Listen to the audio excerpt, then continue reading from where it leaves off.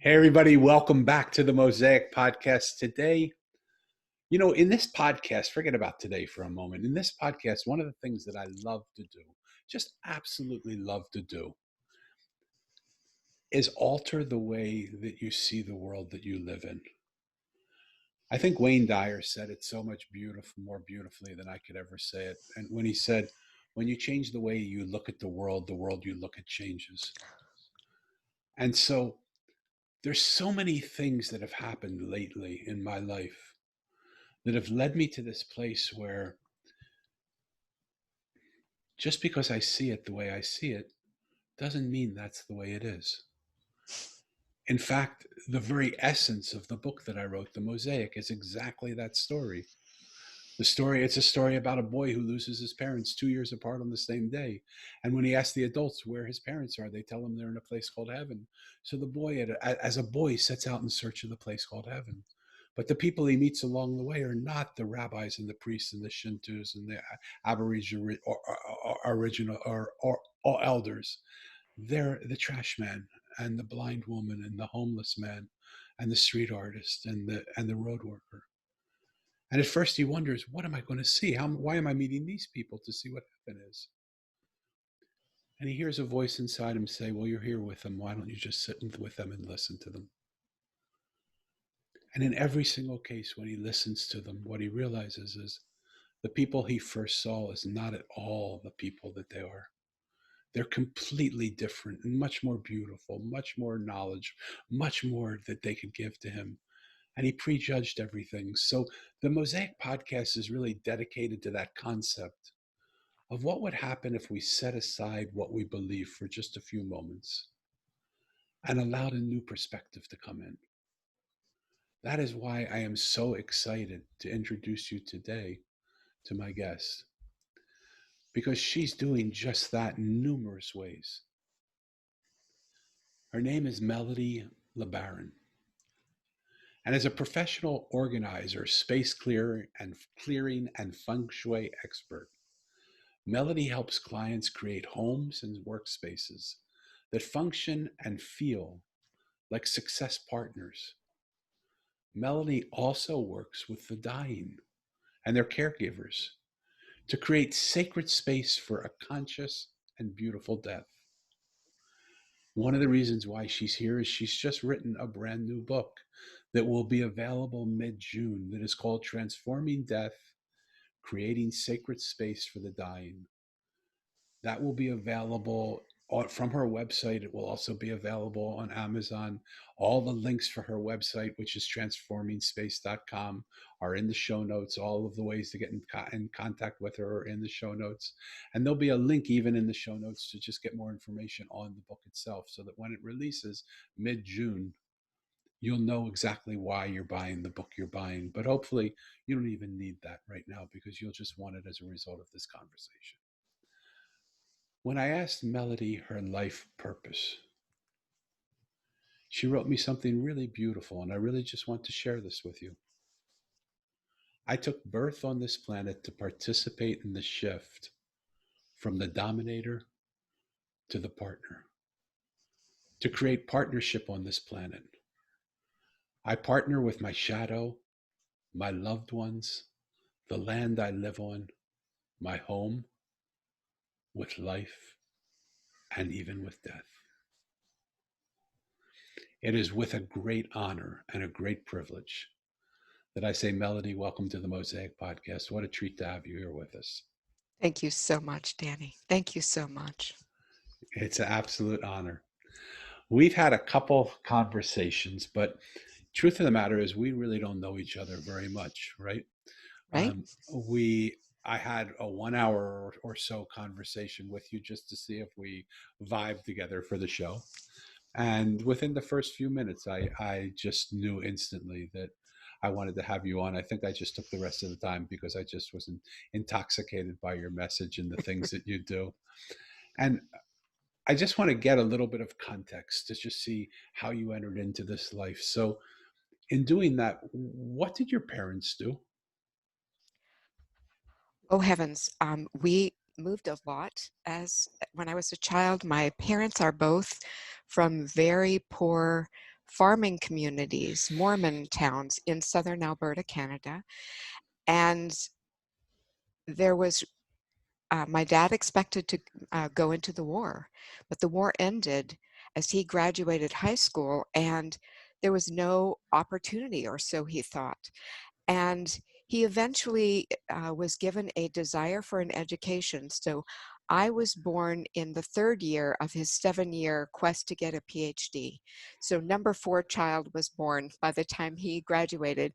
And there was a lot of moving around. My parents climbed out of poverty, but there was a lot of moving around in those early years. So I was the oldest, and with a lot of packing and unpacking and organizing and keeping everything tidy and neat, I grew up with this sort of love of creating order out of chaos. For me, it's, Wow. you know how some people like putting together puzzles? For me, Yeah. it's way more fun than that. It's so interesting because sometimes you see just in the very fiber of the way a person came into the world that it just leads them into the space that they go into. And it makes so much Right, sense that you would come in from that place and do some of the right. work that you're doing. And other times you come into an environment that has, it's almost atypical for what you're doing. But so how did it feel for you, first of all, to be the eldest, to have the responsibility probably of having to take care of the children?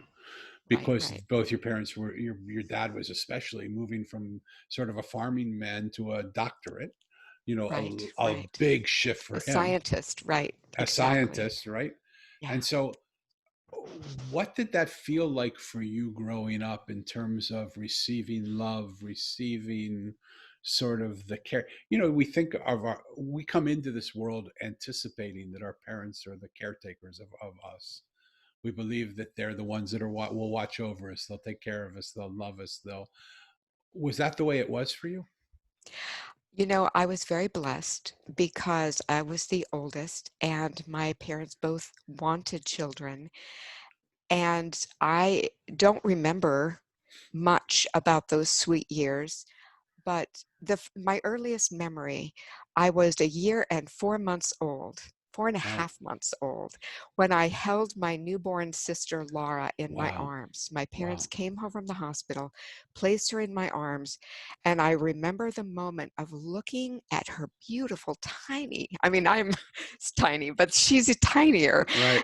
and looking into her eyes, and all of a sudden we were dancing in consciousness around the room together and having so much that was like a reunion. And I looked at my parents, and of course this was pre-verbal, I didn't have a language, but I realized they weren't even aware Wow. of the dance we were doing. They were so identified in their bodies that they weren't aware of us. And then I was 2.5 when Nancy was born, and then I was 4 when Robert was born, and Wow. 16 when number 7 was born. Wow. So when all my friends in high school were getting a car, I got to bring my little baby brother home in the hospital in my arms. So I was babysitting for my siblings at a very young age, and that's a lot of responsibility. And in some ways, there were some challenges with that, but I was so grateful. I was so grateful when I finally at age 12, I got to babysit for other people and actually make money. Right. Right.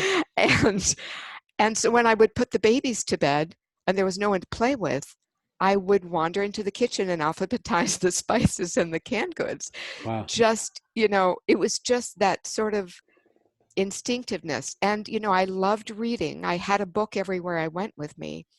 But because we didn't have a television until I was, I think, about 12, um, I didn't grow up with that. Yeah. And that was another blessing, really. Yeah.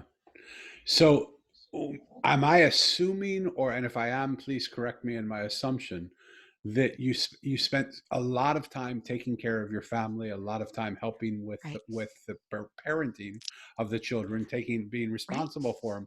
Did that give you much time to have friends in the world that you were a part of, or none at I all? have, well, not definitely not not much, and not as much as my younger siblings got. My parents, my mother especially, believed that she needed to keep us home to keep us safe, I and see. that was an experience I didn't prefer. And finally, in my senior year in high school, I got to go to some friends' houses. Now, I was allowed to visit with my friends who were Mormon, but not really with my other friends at school, and that was Wow. difficult for me. But, and it was an interesting time because at that point we lived in Hartsdale, New York, which is just on the wrong side of the tracks from Scarsdale. Oh, And I wow. went to high school in an African American school in White Plains, and I am so blessed by that experience because that was my first really immersion in diversity and equity. And, I entered high school in 1968, so lots of attention on civil rights. And that was a real big blessing to me. Um, and there were some really good things about having all that responsibility at home. Um, there were some challenges with it. Undoubtedly. My mother had several nervous breakdowns. She would introduce me to her friends starting at age 9. This is my oldest daughter who's been more of a mother to me than my own mother. Wow. Well, ding, ding, ding, ding, parentified child, so I've had some Right. healing work. Right. I've had some healing work to do, but I am so blessed because my siblings and I really worked together to create a family culture that was healthy. We had some very difficult circumstances, and we have a brother who's had some real challenges, but we have banded together as siblings, and we're still close. Fabulous. Fabulous. Yeah, You said something that I don't want to let slip by, which was when you were holding at a year, 4 months and a half, your new sister in your yeah, arms, yeah. that you suddenly were dancing through The sort of space, yeah. the space, the cosmos of what you were feeling. Um, when did that feeling go away, or has it? Well, here's the interesting thing. I think from when my youngest brother, of course, I was 16 when he was born, so I was in more of a mini mom role for him. When he was about 9 months, 9 months to a year old, one night, my bedroom, we had this like 4-level little old 100-year-old house that we lived in, and my bedroom was up in the attic. His bedroom was on the second floor. We also had a basement. And one night I woke up in the middle of the night just hearing him scream. And usually my mom would get up and nurse him and comfort him, and he would just quiet, but it went on. And after a few minutes, I just jumped out of bed and ran downstairs, and my mother was holding him, and he would not be comforted. And I said, "Mom, what's wrong?" And she said, um, his ability to connect with the angels is closing down. And Oh, and his she said that to you.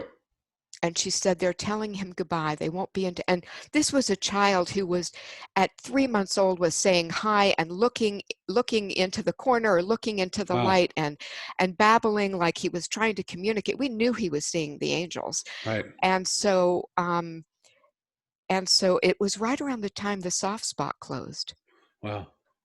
And so later in my Kundalini yoga teacher training, I learned that the soft spot, when, in that first year of life, it allows light to penetrate down into and illuminate the pineal and pituitary glands, which activate our ability to sense beyond just matter.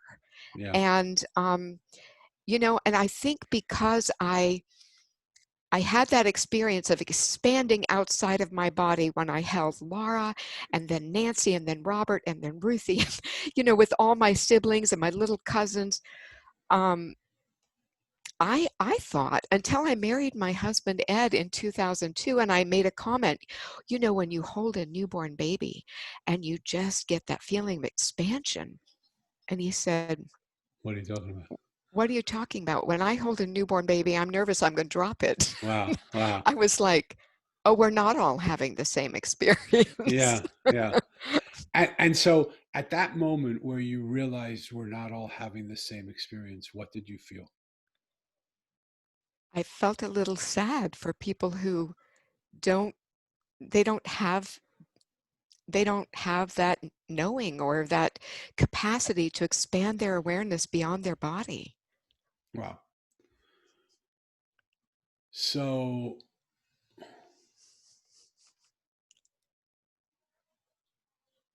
as you do you still experience that experience now? Because I Oh, didn't of really, course.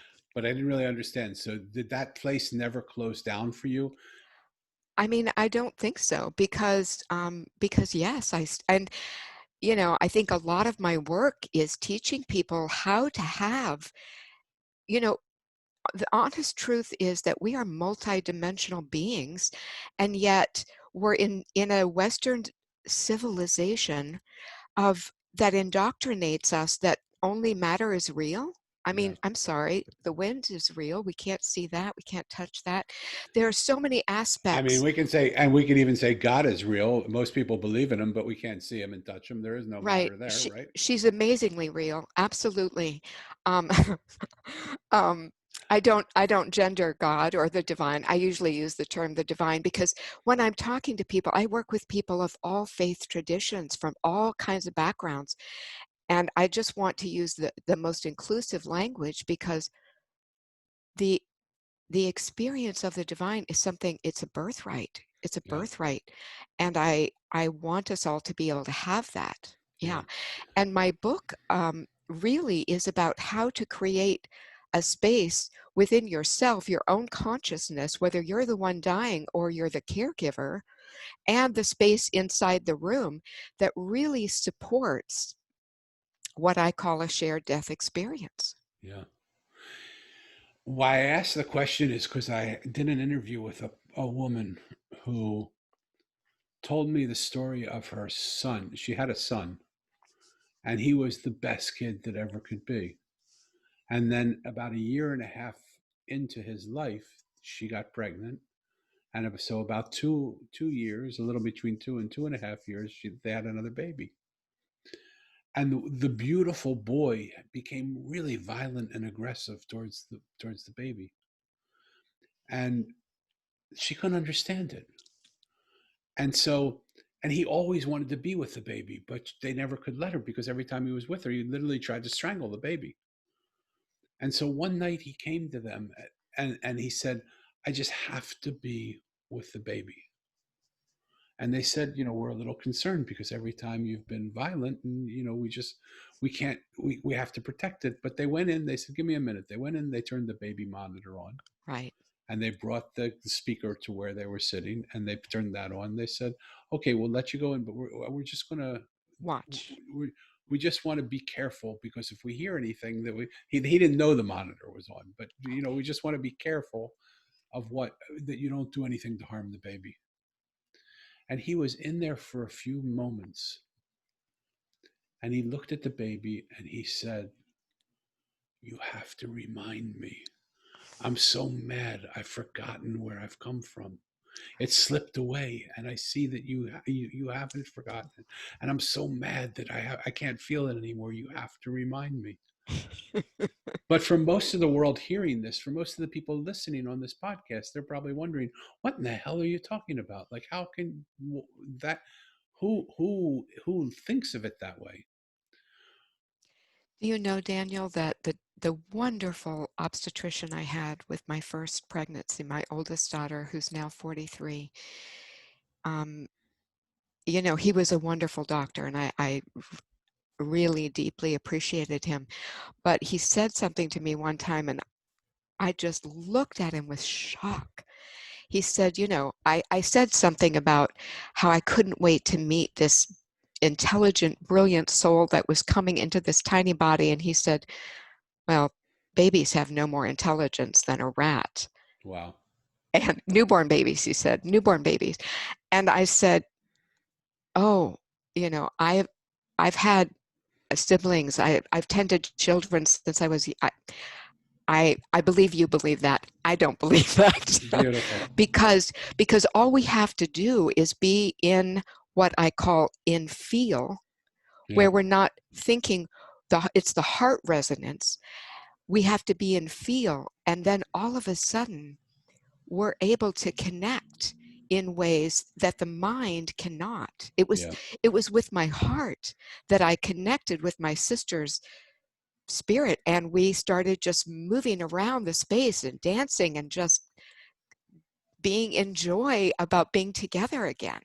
So, So, so did that ever scare you that you were able to, that reality was what was happening, that you were experiencing such a big world at such a little age? Did that ever, um, well, it did once. I was maybe, oh, we had moved to New York, so I would have been probably maybe 12 or 13. well, And it was a Saturday because I had spent all morning and much of the early afternoon helping my mother clean the big house and do all the things, and my sisters clean their room. And I was finally upstairs in my attic room, finally alone with my books and my homework. And I heard my mother yelling at my sister, and I just couldn't. I had done so much earlier in the day to try to explain Laura to mom and mom to Laura and create the peace, and the peace wasn't holding, and I just got so angry. And I came running down the attic stairs, and I said, they were on the landing, and I said, I hate you. I hate you all. I hate this family. I wish I'd never been born into this family. And as I went running down the stairs to the main floor and out the back door, um, I I heard a voice in my head, and the voice, which I now think was probably just a wiser aspect of myself, said, "Oh, no, Melody, you loved everyone in this family so much that you chose to be with them all, even Robert." And I was so shocked by that that I stopped in my tracks. I realized I don't have a plan for where I'm going to go. So I went out into the detached garage how out old back. were you again? How old were you I at was this time? about 12 or 13, Okay, all right. ran into the garage and sat down on a piece of rolled up fencing and started trying to sort through what I had heard in my mind and how that fit. And it was a good long while that I was there before I realized, wow, this is really hurting me. And I looked down and realized it was rolled up barbed wire fencing. Oh my God. Oh my God. So I got off the fencing and sat in the abandoned, broken down car, and I thought, I've got to sort this all out. So I got out of the only paper, and I used a journal to help me sort my feelings. So I got out a map and a pencil, and I just started writing on the edges of the map, you know, these conflicting feelings about being angry with everyone, but also knowing I love them, and how could I make that? So anyway, I, after a few hours and it was getting dark and I was getting hungry, I came in the house as my mom was calling the police. Well, I forgot all about that map, which I had stuffed back into the glove compartment until the car got repaired and we were on our way back to Canada for the summer. And my dad said to my mom, honey, get out the map. And I Oh was like, wow. whoops. Oh wow. And I Wow. saw her just turning it and reading all these words. But yeah. Did did you feel you were different than the people you were around, or did you feel that everybody was like you?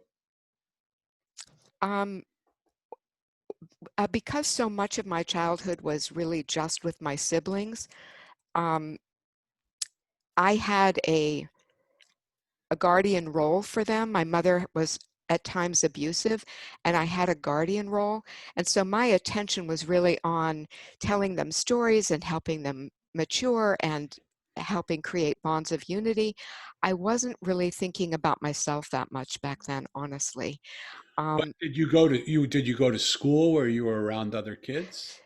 Yeah, I felt really different from the kids at school. I was a year younger than them because I had been skipped a grade when I Right. was young. And to compensate for that, my mother had held me back a year at church, in my classes at church.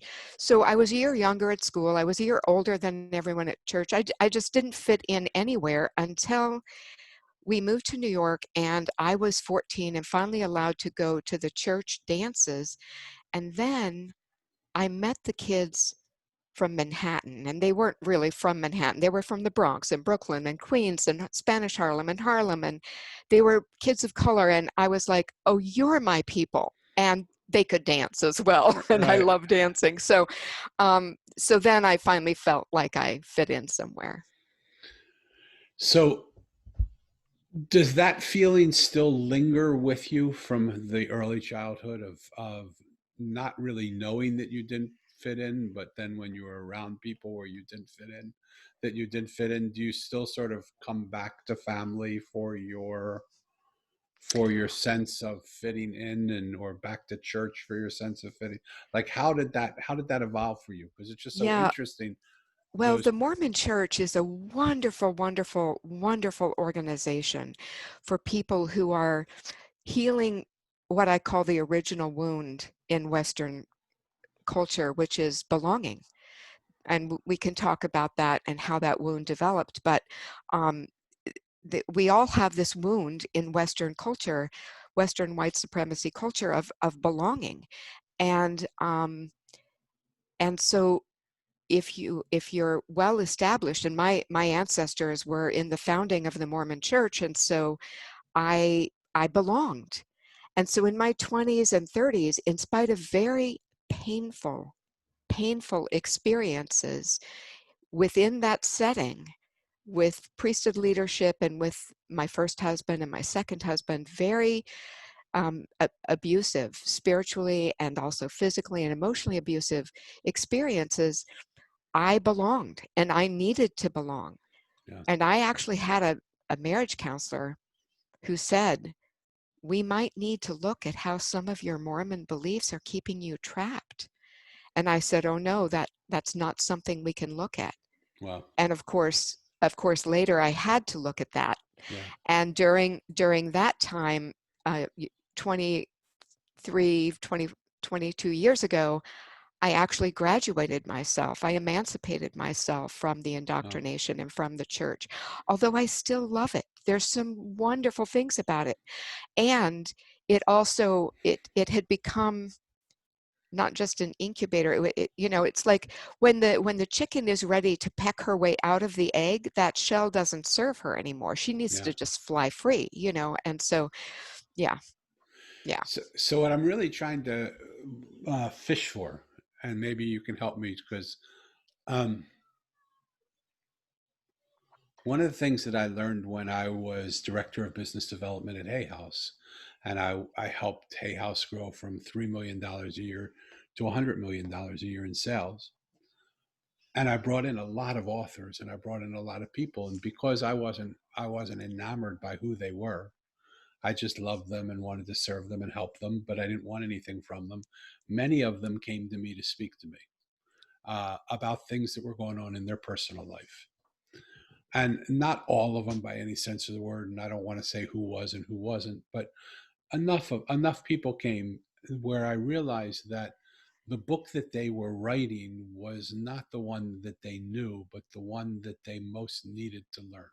Yes. Oh, I love that. Okay. That is just amazing because, you know, um, 30 years ago on June 1st, my mother died. And in that year leading up to her death, and we'd had remission. Like, she was told she'd had breast cancer, she had a mastectomy, she had another mastectomy, they took lymph nodes, and then 3 years later, cancer all through her lymph system, and she was Yeah. given 6 months to live. We had 13 years of remission. So our family really had a miracle. But in 1990, um, in 89, I could see my mom's dying. She's actively dying.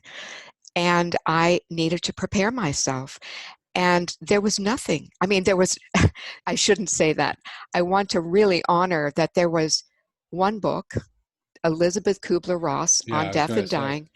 And it was all about the stages, what I call the stages of the mental process of dying. Yeah. But there was nothing about how the room needed to support Yeah. the process. And there was nothing really about preparing me. What I found when I walked into my mother's room, I lived 6 hours away, so I was going several times a month, leaving my 4 kids at the time and care for her. And so when I would walk in each time, my whole gut would contract, seeing the ravages, like her skin yellowing, the abdomen distending, seeing, and I would breathe through that contraction, and I would put my hands on or over her body. This was even before Reiki, to just ease the pain. And she would say, "How do you know?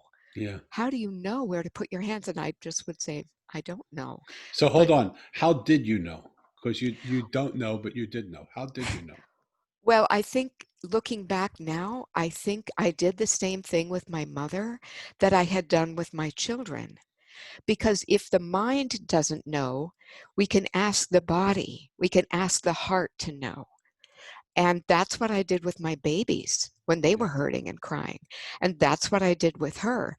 And so, and so, I recognized though that I was still uncomfortable there, and I was able to identify that I was carrying certain beliefs about death Yeah.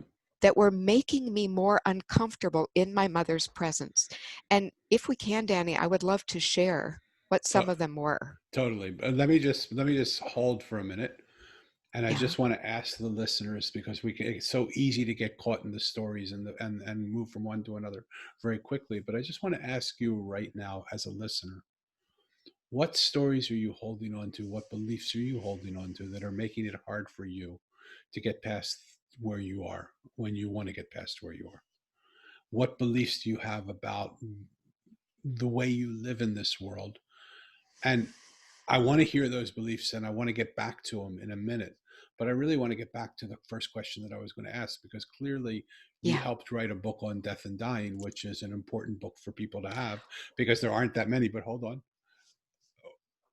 My question was really around how interesting you would create a life around partnership with life when your early childhood didn't feel like it had partnership in it. It didn't feel like you were given the opportunity to partner with your life then. You were given responsibility for taking care of other people, but you didn't have a partnership. And I wonder if you could speak about that at all. Because, sure, sure. Yeah, yeah. I can't say that I didn't partner. And here's when I look back, I realize I was in a family of origin and a Mormon culture that the basic paradigm or foundation is sort of a one up, one down dominator submissive relationship. God is up here, we're down here. The priesthood leaders are here, and everyone else in the church is here. The parents are here, and we're here. Yes, yes, that was all imbued through my childhood, and I had to sort that all out of my consciousness later as an adult. And every moment that I was running barefoot outside playing, I was in full on partnership. I was feeling the nature spirits, feeling the spirits, fabulous. playing with the fairies in the woods. Every summer when we would go to southern Alberta, Canada, very often we would go up into the Canadian Rockies, and those mountain spirits still live in my heart. Wow. I I have a deep and strong relationship with my first mountains. I love mountains. I live in the mountains. And those Canadian Rockies, those are my archetype for mountains. Yeah, you can So feel it even as you I talk. look, Your voice is cracking because you can feel the connection that's still there with it, right? Okay. yeah. And what was interesting is as a child, inside our homes, and we had many homes, as I've described, we had many homes. Um, and I I knew I had this sort of instinctive sense that in some of the homes, I could feel the powerful sort of flow of chi or flow of nature energy inside the home that I felt outside in the yard. Yeah. And in other homes, there was something heavy, there was something dark, there was something stagnant, and and in those homes there were just more issues, especially in certain rooms. It wasn't until my space clearing practitioner training with Eric Dowsett in the late 90s and early 2000s that I actually went back and one of our assignments, which took me all day and into the night to do, everybody else was done after a few hours, but we had to draw a floor plan of every home we'd ever lived in and clear the space during the time we lived there. Wow. And I had an amazing, profound experience while I was doing that, but it just took a long time. Yeah. But it was really interesting to see the effect that our environment. So I have to say, from an early age, I was partnering and oh my Fabulous. goodness, my first partners were my sisters. My first partners were creating a family culture with them. Yeah. Yeah. So, at what point did you realize that just like you could clear the space in a room, you could actually clear the space from the room of our life to the roomlessness of death? Um, well, looking back now, when my mother died, this would be, she died in 90. It was maybe 2001 when I completed my practitioner training. I wouldn't start until the late 90s. Um, so she died about 10 years before I had the skill set to really clear the energetic imprint in a room. But what I did do, we kept the window open. She died June 1st, and the scent of the roses that Daddy had planted were wafting in on the breeze. We cleared the room of all clutter. We created an evolving set of what I now call feng shui altars that helped her come to the place of acceptance, come to the stage of acceptance, that beautiful life completion altar. And then we replaced it with an image of an image that reflected her beliefs of what she was moving into as she moved into the world of light. So, these were tangible things and things that every one of us, if we're attending a death, can do. Hmm. So, what interests me is you said you created the space and the bridge to what bridge isn't the word you use, but something about her beliefs of the place that she was going Right, to. right. Do you maintain their belief when you work with people to transition? Do you maintain the beliefs that they have, even if Oh, your of experience, course. but even if your Oh. experience of the belief of where they're going to is not what you believe is the space they're going to? Well, yes, absolutely. Absolutely. Cool. Yes, because to do anything else would be me dominating them, and I just want to partner with them and ease their experience. Like, if they're interested in what's possible, as a guide, I can describe to them my near death and shared death experiences. But what is really valuable to each individual is our own experience. Yeah. That's what informs us. Yeah. Yeah. Okay. So where I'm trying to get, like, stay with me, and I so honor this beautiful partnership that you want to create. Um, and I'm stumbled over by certain thoughts that I'm having, and I'm hoping you can help me. Yeah. Okay. Because if we acknowledge that some of the ways we think about this world limit our experience of this world, and Right. right, and so Some beliefs are helpful, some are harmful. some beliefs are helpful and some are harmful. How would it be possible to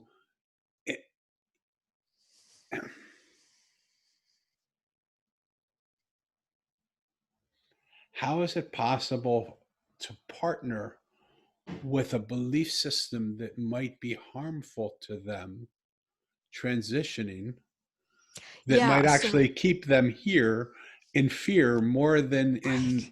into I'm not saying it very well, but I No, think no. you get the That message that no. I'm trying to say. Yes, absolutely, and that's a Without brilliant question. without dominating their belief system, Right. but Right. partnering with them in a bigger belief system. Exactly. Well, you know what? this was occurring. So, in addition to midwifing my mother's death, I've now midwifed the deaths of 13 of my closest loved ones, both of my parents, my younger sister, my 17-year-old son after an accident, and many, many, many of my best friends and beloveds. And and in working with their belief systems, and in working with the caregiver belief systems of not just those 13, but the hundreds of clients that I've coached through the dying process, one of the reasons I wrote this book is so that I could share how I took on. So there's a page in my book with a table where I talk about the old cultural view of death and a more expansive way to view death. And so basically it takes the reader through my own journey when my mother was dying, and the first cultural view of death that I had to take on is that death is a failure of Mm. the medical system to heroically save the patient. And when I thought that through, Danny, I was like, wait a minute. Um, Death is a natural process. It's part of the cycle of life. Yeah. You know, I can't call it a failure because that creates this sort of wall in between me and the experience that my mother is having that I don't want to, it's like a barrier. And then I realized, oh, wait a minute, it's not just a failure of the medical system. In my own church culture, death is seen as a failure of your ability to pray and heal. Mm. In my health circles, death is seen, or illness is seen, as a failure of your ability to cleanse and keep your body pure and clean, etc. And I really had to take this on and say, is this belief helpful or is this belief harmful? For me, it was a barrier. For my mother, it was a barrier. Um, and then, that whole idea of death as a failure, doesn't that conjure up images of like a student who fails exams and can't graduate? And, as I was watching my mother proceed toward death in a beautiful, really natural, organic way, yes, there was discomfort, yes, there was pain, and it was natural and organic.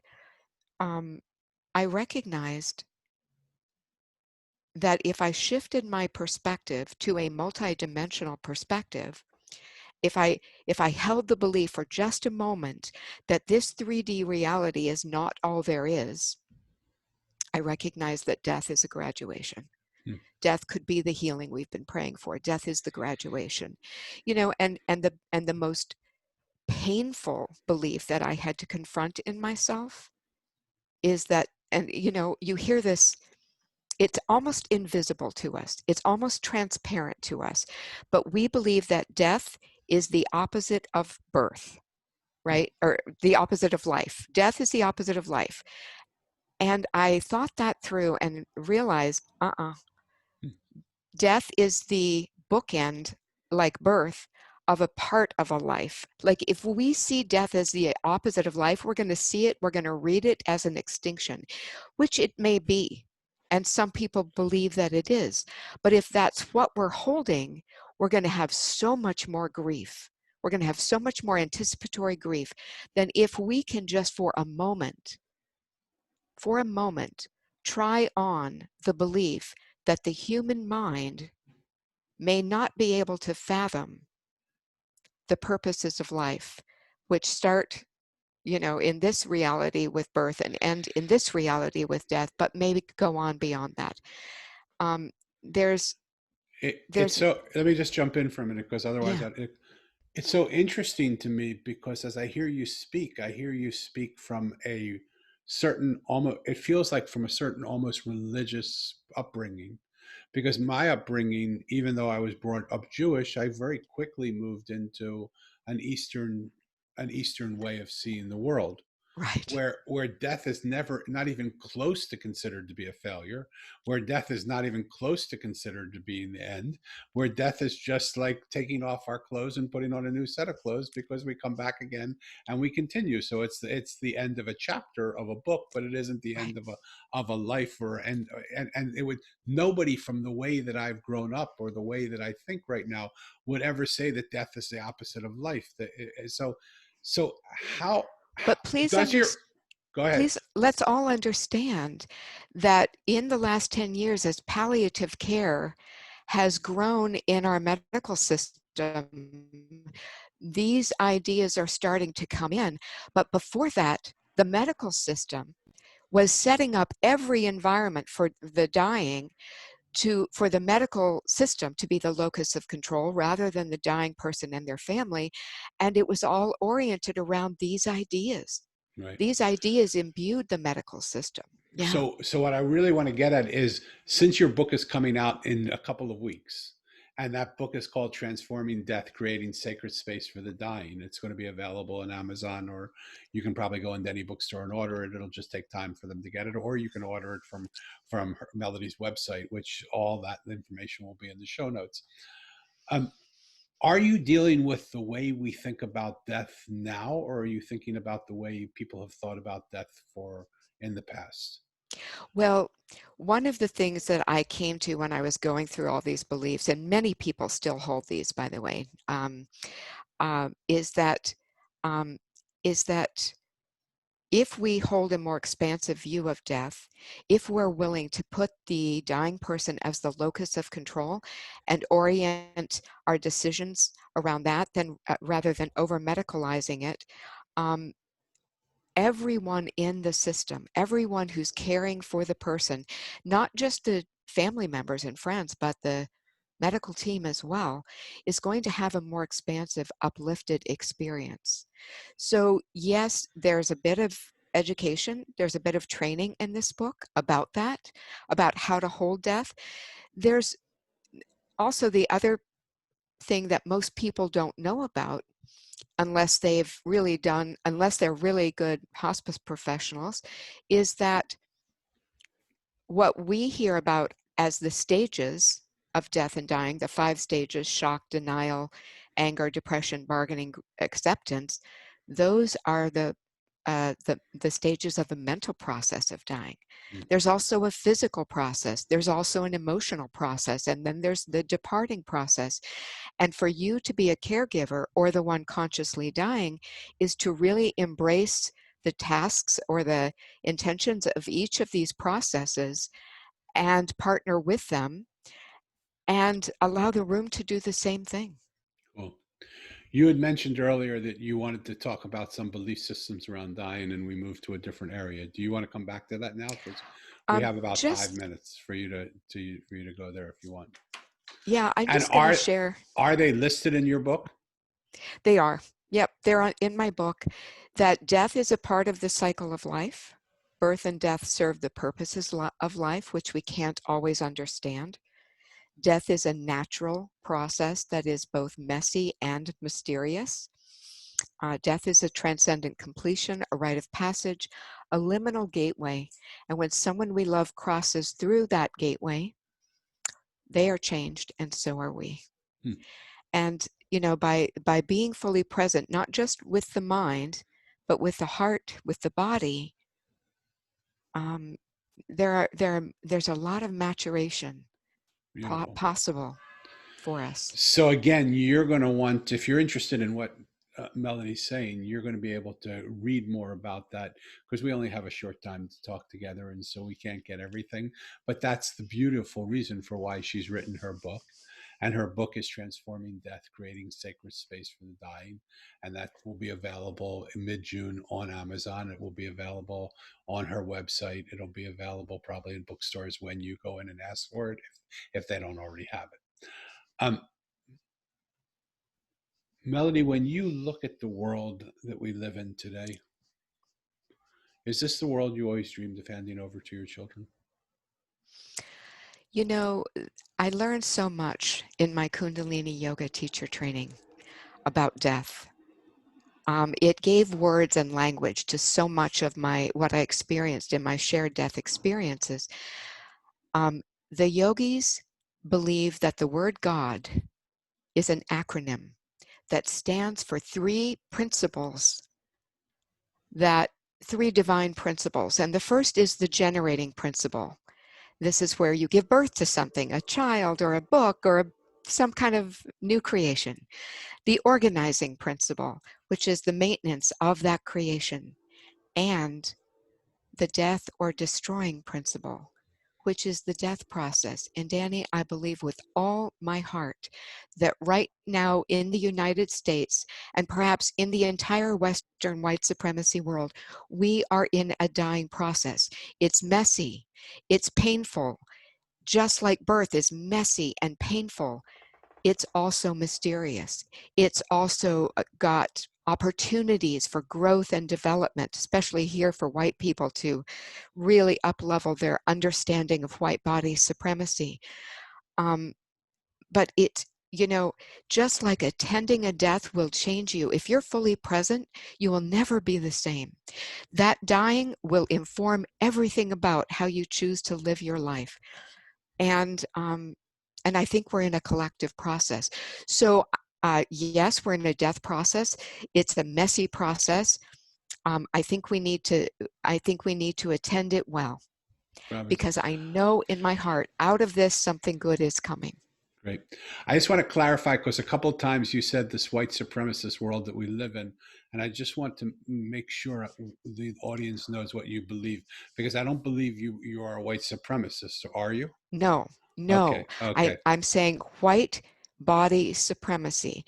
We live, anyone who's paying attention to what's happening in the United States recognizes that we are we're in a cultural divide right now around systemic structural racism, systems that our government set up to preference white bodies over black and brown bodies. right, And until white people do the inner work required to dismantle white supremacy in our own consciousness, right. it's not really going to change Yeah, in and the world. I would say not only white supremacy, but entitlement for a white male Yes, to think they're better than a female, and really, it isn't even the supremacy, except in the way that you were talking about it before. That when we shift the way we look at the world from a dominating place to a partnering place, exactly, supremacy falls exactly, apart. And so, exactly. if you were to say one thing to people that they could do today that would help the world shift in this messy time of death, of systems dying and people dying. And one of the things that I love about what you're saying right now is the fact that just like a person goes through a life and passes and it's not over, and a space goes through a life and it passes, because you can always create a new space in that space. um, Time periods go through spaces Yes. and can pass. And so I love the way you're looking at the world we're seeing right now, that we're in a time where structures are dying, systems are dying, things are dying, and it's messy. It's going to be messy. What's one thing you could say to a messy world right now, and to the people that live in that messy world, that they might be able to do today and continue to do, that would help lean the world to a less messy environment? So one opportunity that I will give to all of our white listeners is a Facebook group I've started called Racial Equity and Social Justice. Just look it up, you'll find it, where we're educating people, because it's important to do that work.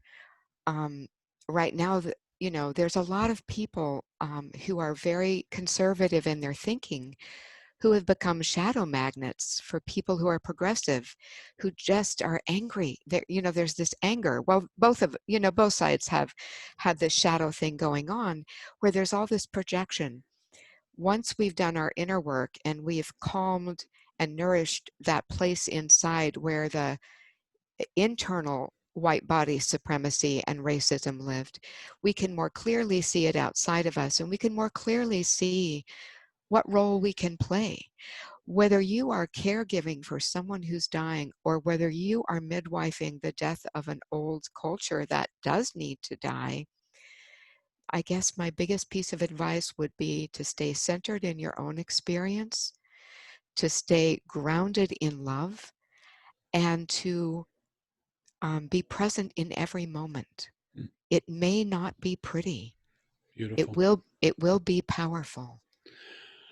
Melody, if someone wants to get in touch with you, I know we've mentioned it a few times, but what's the best place to get in touch with you? Go to my website, transformingspace.com. There's lots of resources, whether you're transforming a space or yourself, or you're transforming your experience of loss, grief, and death. There's lots there. And there's a place where you can be in touch with me. I'd love to hear from you.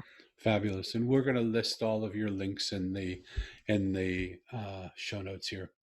I want to just take a minute and first of all, I want to thank you for coming, and I want to just take a minute and summarize. And um, it doesn't happen often, but there were some times where Melody said some things that really made me a little bit uncomfortable. You know, there was talk that, and that's why I tried to clear it up, that around the white supremacist stuff, that I don't believe she's a white supremacist, but she used the name so many times. And even in her Facebook group, she said, for those white people listening, it it it it it it was like a knife in my heart somehow, but I don't think that's what she's meaning. I think she's saying that we as white people have to take a certain responsibility Exactly. to look at the world that we've created, to look at the privilege that we feel entitled to, and Exactly. to become a partner with the rest of the world around us. So if that knife went into your heart and your soul the way it went into mine, and it just made me left me a little uncomfortable, especially in this time where mass riots are going on around our country, where Black people are feeling completely unheard and unlistened to. I want to ask you just this. This is a question to the audience that's just lobbed out to them, not to you necessarily, Melly, because I'm closing down now.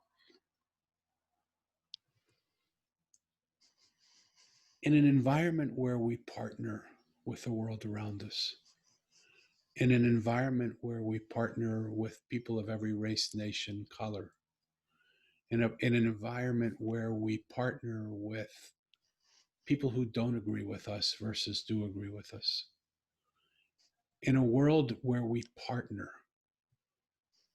with the very earth that we walk on rather than try and dominate it. How would that one simple concept shift your entire life?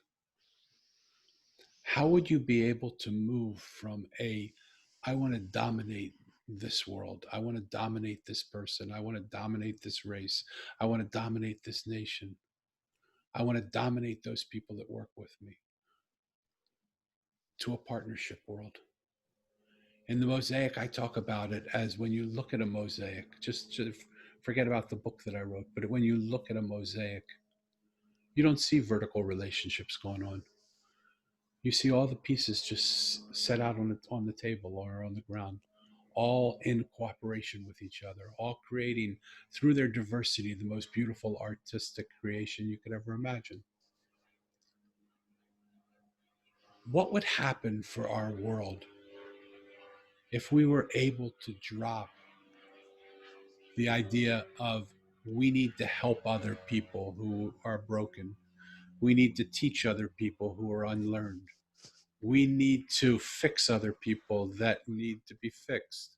We need to control other people that need to be controlled. What would happen if we lived what I call a mosaic life? Yeah. Where Yeah. if we were just to come together and be with each other and listen to each other and just love each other, how would that change the very existence of everything we do in the world? Yeah. And doesn't often happen that one simple thought can change our perspective on everything else that we do. So if you're interested, because I think behind what Melody was saying, and I was trying to find it because sometimes her words were just annoying me the way she was using them, but I think that's the world that she believes in. And so if you want to find out more about her, which I believe you will want to, I want you to go to her website, which is transformingspace.com. And I want you to engage with her if you feel to. If you want to yell at her, yell at her. But come at her from a place for how would my life change if I went from a dominant relationship to a partner relationship? If that's all that you get from this podcast, I don't think you could get any more from any podcast. I want to thank those of you who come by and listen to the Mosaic podcast often for being loyal. If you like what you hear, please rate and review us on Apple Podcasts or on any of the other formats that we're on, which is everywhere. And I want to ask you to just let these thoughts linger with you, especially in the times that we're in right now. Melody, I want to thank you again for being here and giving us your time. People who listen, I want to thank you for your time. And until you're so welcome. And until next podcast, when we see you again, I can't wait for that moment, but enjoy your spaces. Enjoy the spaces in between the things that happen. Those are the sacred spaces. Yeah. Until then, thank you. Ciao.